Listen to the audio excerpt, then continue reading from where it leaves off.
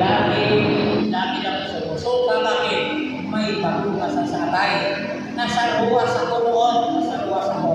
Nakakapatid ko, lagi siyang tumatawag sa akin ng anak ko nga, hindi sa kalakal kasi nga, may sakit na siya sa bato sa atay. Ngayon, nagpansin ako sa doktor, ang hapon ng doktor, operahan para matanggal yung bato. Ang problema, mahina ang kanyang puso, mahina. So, hindi pwede operahan. Kaya ang sabi ng doktor, ipa sa Diyos, ibig sabihin, sa Diyos lang ang paglatin. So, mga kapatid ko, pag-uwi ko sa atin sa Paranaque, ang sabi ni Jesus, akala ko hindi mo na ko daratnan. Bakit? Malala ang aking kalagayan. Hindi na sa pwedeng operahan. Bakit? Mahina ka ng puso. So, hindi pwede. So, hintayin na lang. Kung tagal na naman, nagamot.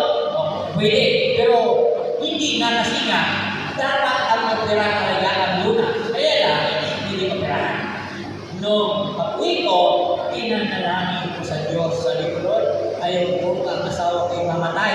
Ayaw ko nga hindi mo siya pagagalingin. Ako yung niwala na ang asawa ko pagagalingin mo, Panginoon, ang kanyang sakit. Pinaniwalaan ko para isang buhay naman ito sa aking mapinapuntahan ng sakit ng asawa ko. Walang lunas kasi wala din lunas yan, kapatid ko. Kasi hindi parang lunas kasi operasyon. Pero ay hindi operahan. Kaya Lord, naniwala ako ng asawa ko pagalingin ko. Alam nyo, mula noon, mag-5 taon na, hindi na sumasakit, ang genesis, hindi na sumasuka, lagi pagkasama. Bakit? Pinagaling ni El Shaddai. Hallelujah. Hallelujah. Pwede po ba? Amen. So, ano man ang inyong daing sa hapon ito, ano man ang inyong problema, may Diyos tayo. May Diyos tayo mabuti. Bakit? Ang Diyos natin buhay, mga kapatid ko, hindi siya nagbabago. Pag sabi buhay, humihina, lumalakad, kumikilos, hindi lang natin ito nakikita. Bakit ang Diyos ay Espiritu? Walang laman, walang buto. Sabalit ang Diyos, habang nakaupo ka dyan, nangihimala si El Shaddai sa iyong buhay. Hallelujah. Kung malakpak yung naniwala na ang Diyos ay nagbibigay sa atin. Hallelujah.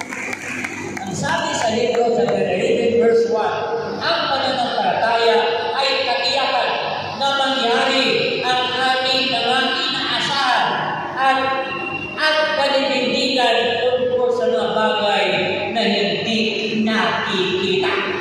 Ulitin ko, ang kalugaan ng libro sa Revelation verse 1, ang pananampalataya ay katiyakan na mangyayari ang ating mga inaasahan at panindigan tungkol sa mga bagay na hindi nakikita. So, ano man ang hingin mo ngayon, ano man ang iyong ilain ngayon, huwag mong sabihin na cancer ang sakit mo. Walang cancer sa Diyos, kapatid ko. At kung naisipin na ang buhay natin nakatakda na, hindi mo, huwag mong paniwalaan. Kaya nakatakda ang buhay mo, mamamatay ka.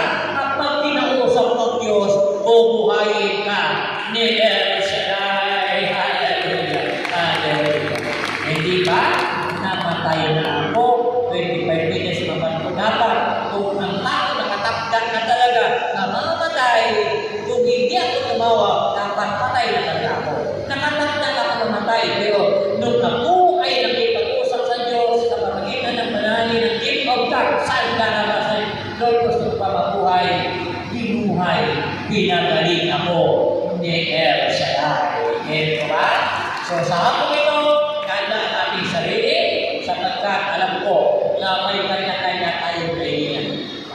Taas naman may kahilingan sa buhay. Taas naman, alam ng Diyos yan ang kahilingan natin. Ulitin ko, kung may sakit ka, ilagay mo kamay mo sa katawang may sakit. Kung ikaw may problema naman,